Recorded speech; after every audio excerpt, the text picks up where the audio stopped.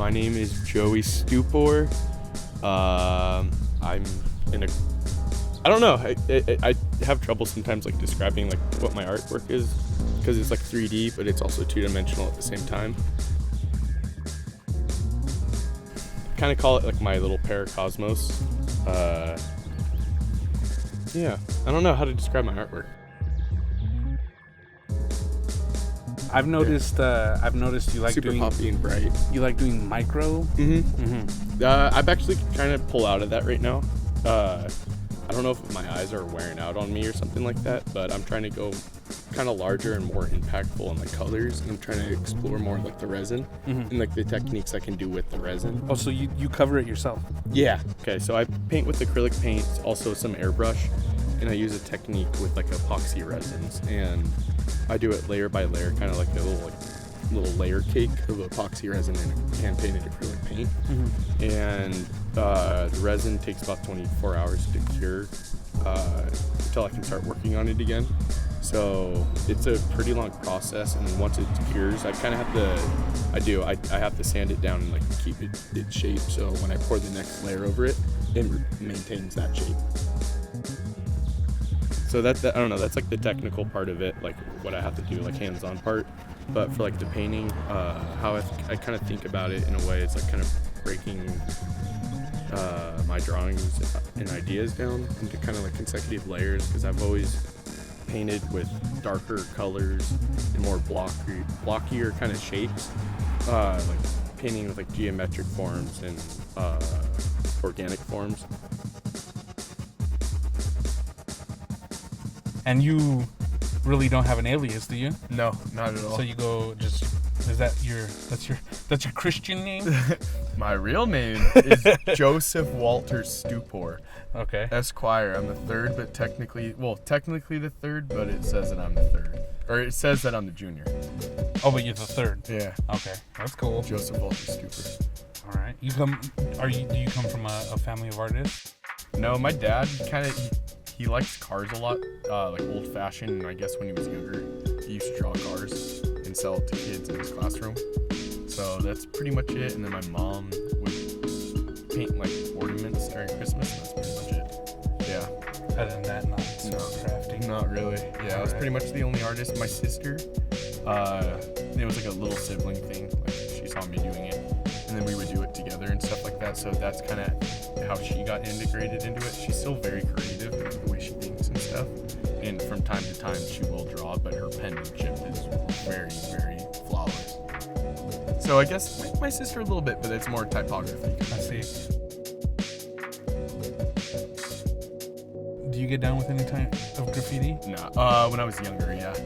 You haven't went for it since then? From time to time I will. Yeah. Yeah, it depends on where we're going, where we're at, and stuff like that. But I used to be like a sewer dweller for a little bit.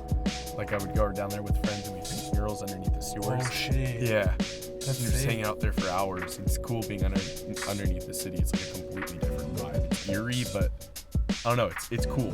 It's a cool different, like, it's a different feeling that you would typically have. Like, it's weird looking up at manholes and imagining like life is going on up there. That's like a cool element to like work in. But sometimes I would paint on trains, and then I don't know. I would never do like super random spots. Like if I was like sitting down, I would like write down with a marker or like a little character or something like that. But that was pretty much it.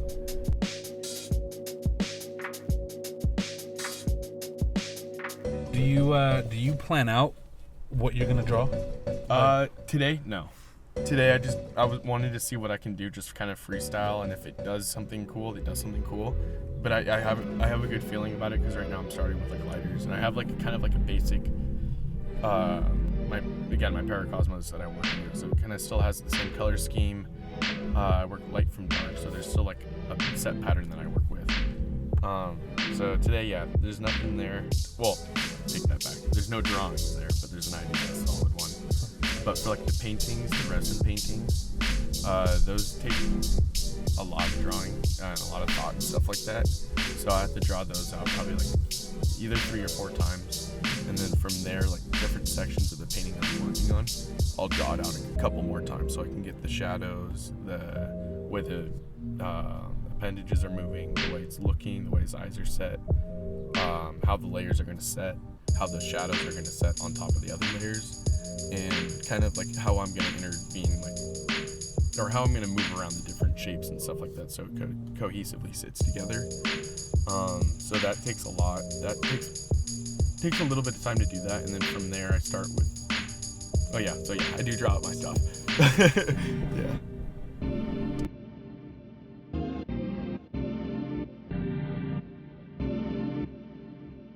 Any shout outs? A lot of people. All right, who comes to mind? So the very, very, very, very beginning, I want to say Ernesto East. He's like Beast Brothers. He makes like vinyl toys with his twin brother. And when I was like 19, 20, he had bought a painting off of me and like started showing interest in my work and stuff like that because I was younger. And he kind of like mentored me for like a few years, and I still talk to him. He gives me a lot of tips still.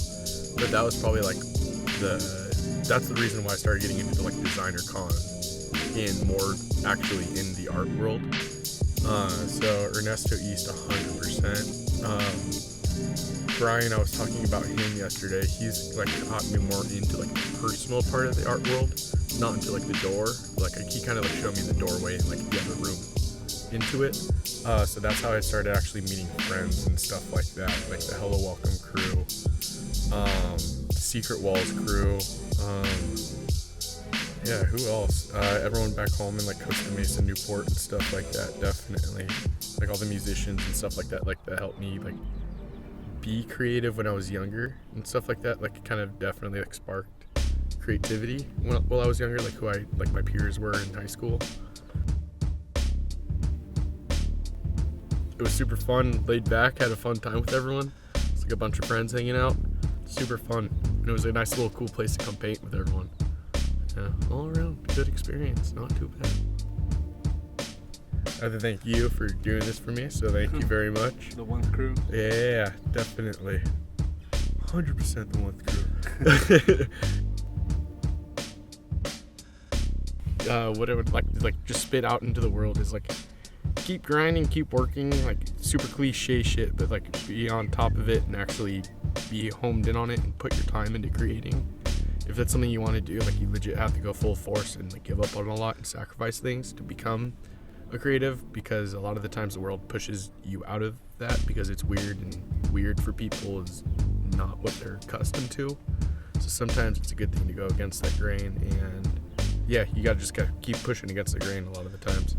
Find your own way, your own little path to make, and kind of live with it and focus and learn from your failures and stuff like that. Definitely another big one. Yeah, just really be true. Yeah.